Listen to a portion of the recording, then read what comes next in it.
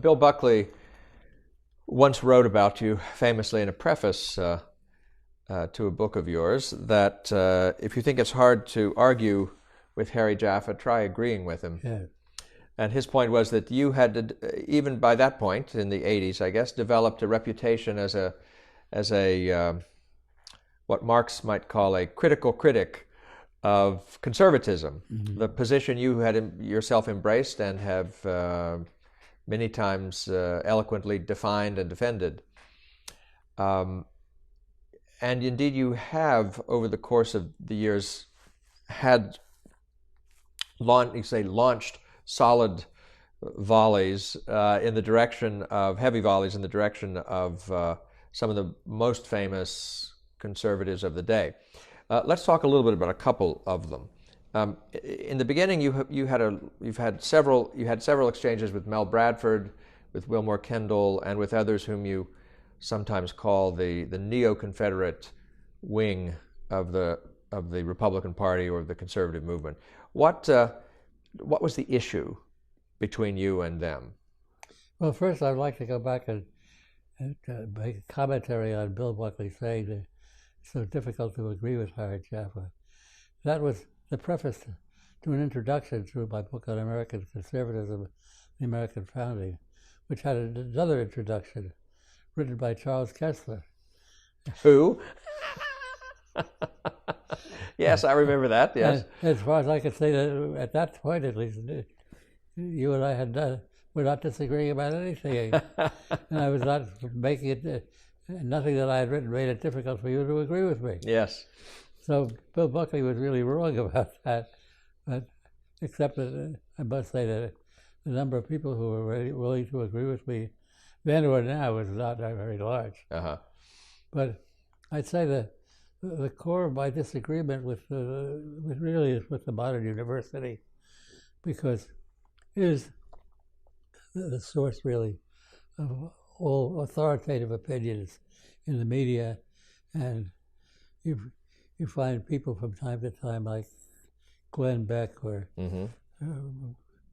Sean Hannity mouthing things that they've gotten from books that they never understood, and so part of what they say is all right, but mostly it doesn't really doesn't become influential in its own right. But I think the best index of the victory of modernity over both the Bible and Greek philosophy is in the use of the word value, which I spoke of, and the complete unconsciousness that this use of this word undermines everything else that they are saying as conservatives, or simply as representatives of the establishment. I once spoke before a group somewhere in one of the coastal cities. There's an institute called the Institute for the Family and Traditional Values. I forget the name of the guy that had it, but he's a well-known spokesman. And I told them, by calling your values, you're denying the truth of what you're trying to get people to accept. I said, you can you think of Moses as referring to the 10 Commandments as the 10 values? or Jefferson saying, we hold these values to be self-evident? Yes. So, but in a strange way, you're right. I mean, that word, which in a way used to be a left-wing word, became embraced by the right, I mean, as a term of pride and distinctiveness. These are good examples of what you were referring to as the disintegration of morality or natural law morality. And how did the NeoConfederates in the conservative movement succumb to the same kind of mistake or illusion? Well, Dick, what's his name? Richard Brookhiser. Brookhiser. Yes, okay. He's written biographies of very nice books on the founders and other subjects. Yeah. In fact, I think I reviewed one of his last books, and what was I going to? But this and the neocons and the NeoConfederates and Brookhiser wrote a book on Buckley and the future of conservatism. His memoir of the right time, right place. His memoir of his experiences with Bill. And he had one of these large editorial page essays in the Wall Street Journal, in which he spoke about Bill Buckley. And he said in 1955, which would be the year that National Review began. Buckley was a Southerner. He was opposed to any form of civil rights. This was during the period of the White Citizens Council. Well, he was skeptical of. I wouldn't say he was opposed to any form of civil rights. He was skeptical of desegregation, and at that time, the magazine was sort of under the influence of a neo sort of Calhounite view of the American Constitution. Yes, so they thought you had to have a constitutional amendment, for example, to. Of course, I think Goldwater had the same view, didn't he? To pass the Civil Rights Act.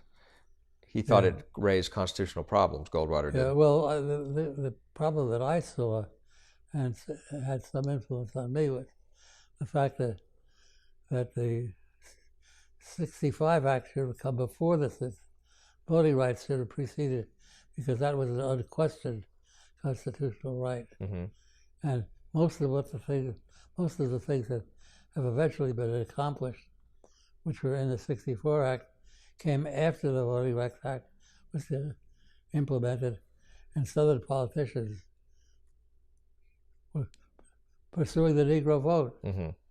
That was But it's also the case, which you've also written about, that a lot of the early National Review people were very suspicious of Lincoln, or even antithetical to Lincoln. And you've certainly, I think with the piece that you mentioned from Richard Brookhiser was making the point that you, in particular, had persuaded Bill Buckley of Lincoln's goodness and of the goodness of the civil rights cause, you might say, for conservatism.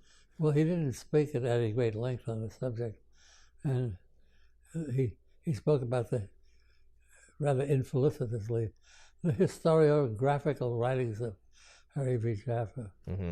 But at least he gave me credit for making this change in Bill Buckley. No, which was a very important change for him and for the movement of conservatism. Well, I'm glad if anybody wants to expand on that, because I'd be glad to take all the credit I could. Because then at the time it didn't seem to me that I really persuaded anybody.